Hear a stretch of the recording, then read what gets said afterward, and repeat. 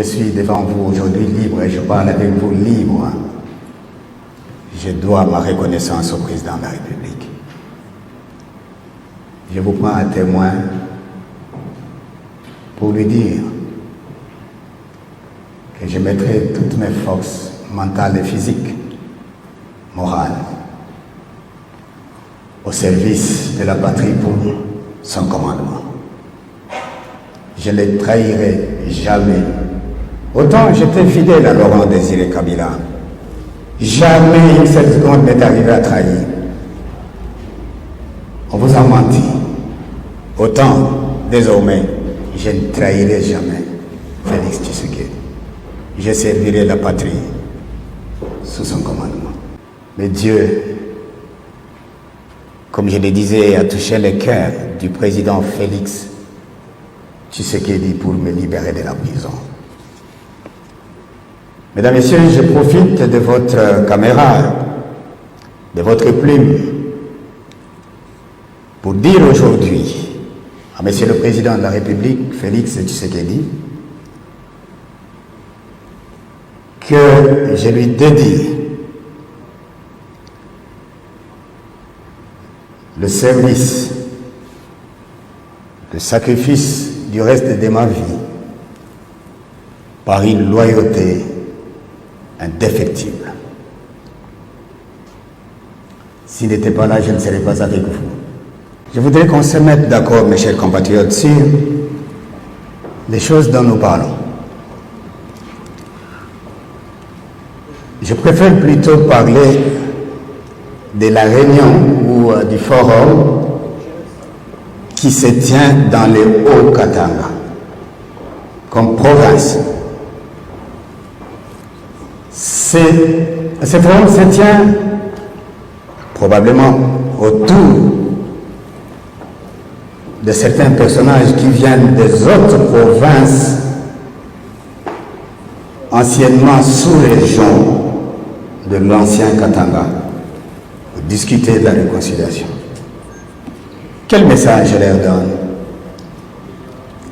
Mon message que j'adresse à mes chers compatriotes qui sont maintenant dans cette réunion et ceux qui sont ailleurs, c'est de dire qu'il est temps que les Congolais voient l'unité dans sa grandeur. Bien sûr que oui, nous avons une diversité culturelle et linguistique. Nous n'avons pas besoin aujourd'hui de nous appesantir sur la collégialité du sentiment sectoriel.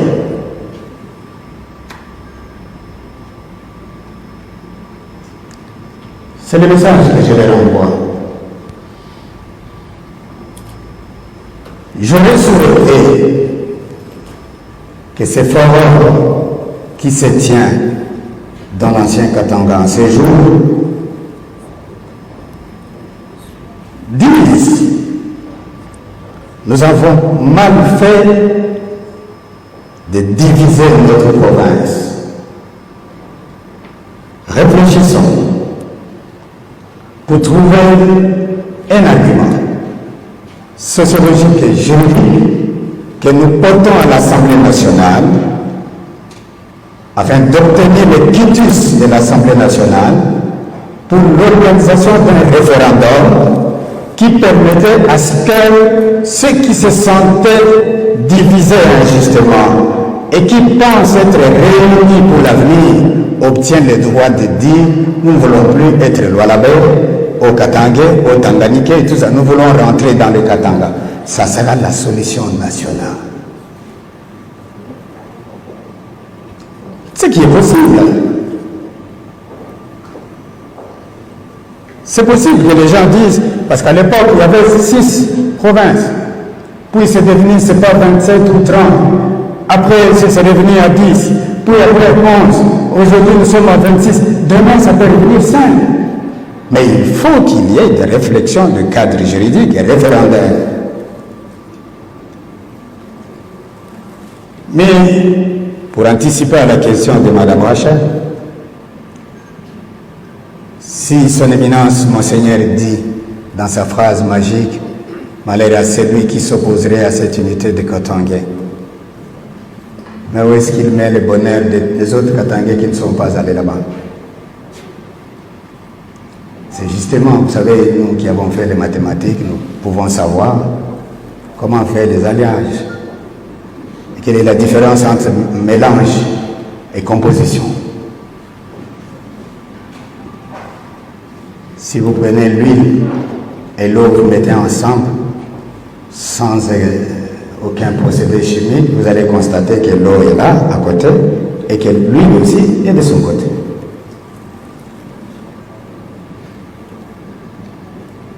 Mais si vous prenez du sucre que vous jetez dans l'eau, vous ne verrez pas l'eau d'un côté et le sucre d'un côté. Vous aurez un troisième produit qui sera eau sucrée.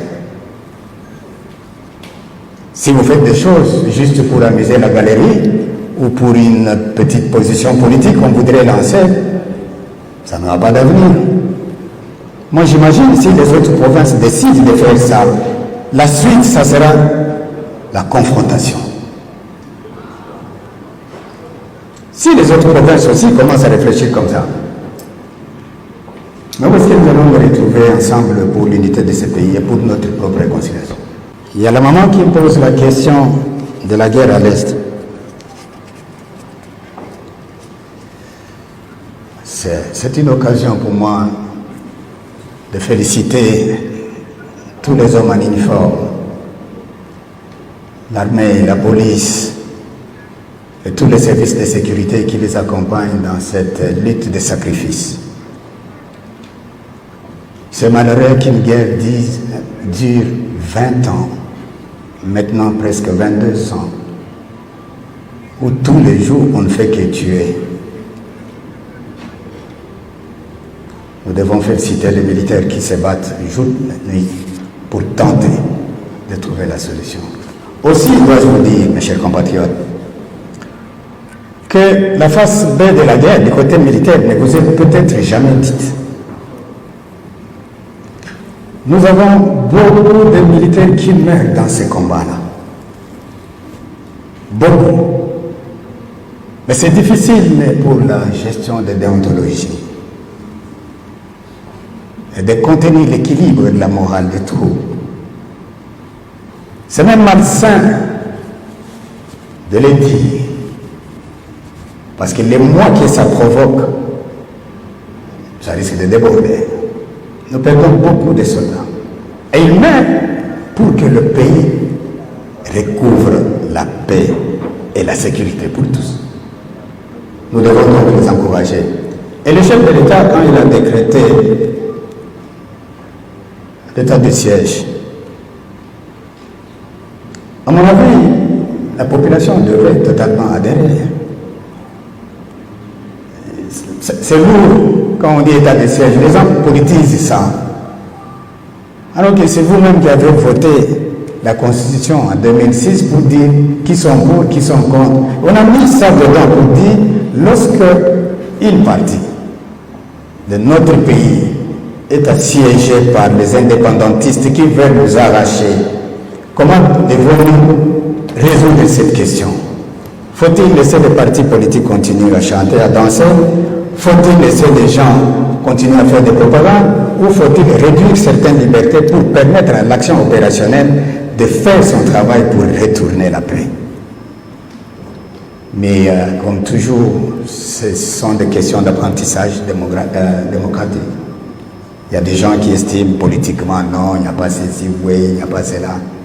Mais lorsque ça viendra à Kinshasa, si on se réveille un jour, on dit Kimbanse qui est partout là-bas c'est pris, les militaires devront agir de la même manière.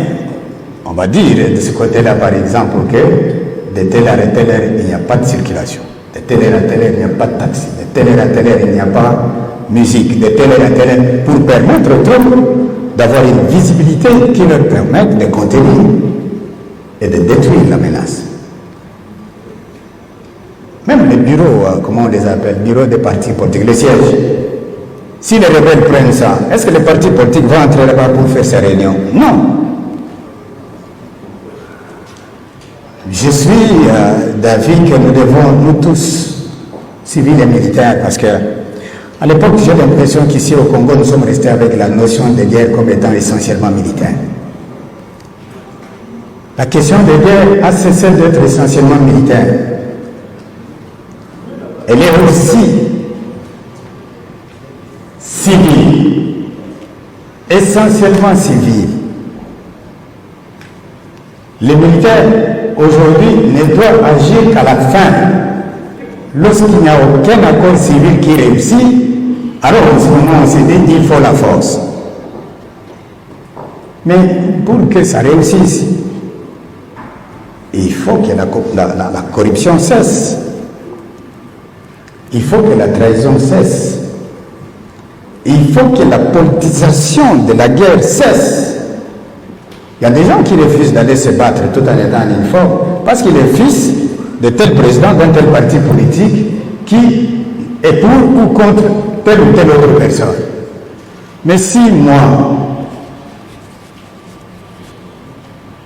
j'appartiens à X parti politique, mais mon fils qui est militaire dit moi je ne vais pas me battre parce que ce parti politique-là combat ton parti politique. Ça veut dire que la République n'est pas gardée. Pour la unité nationale,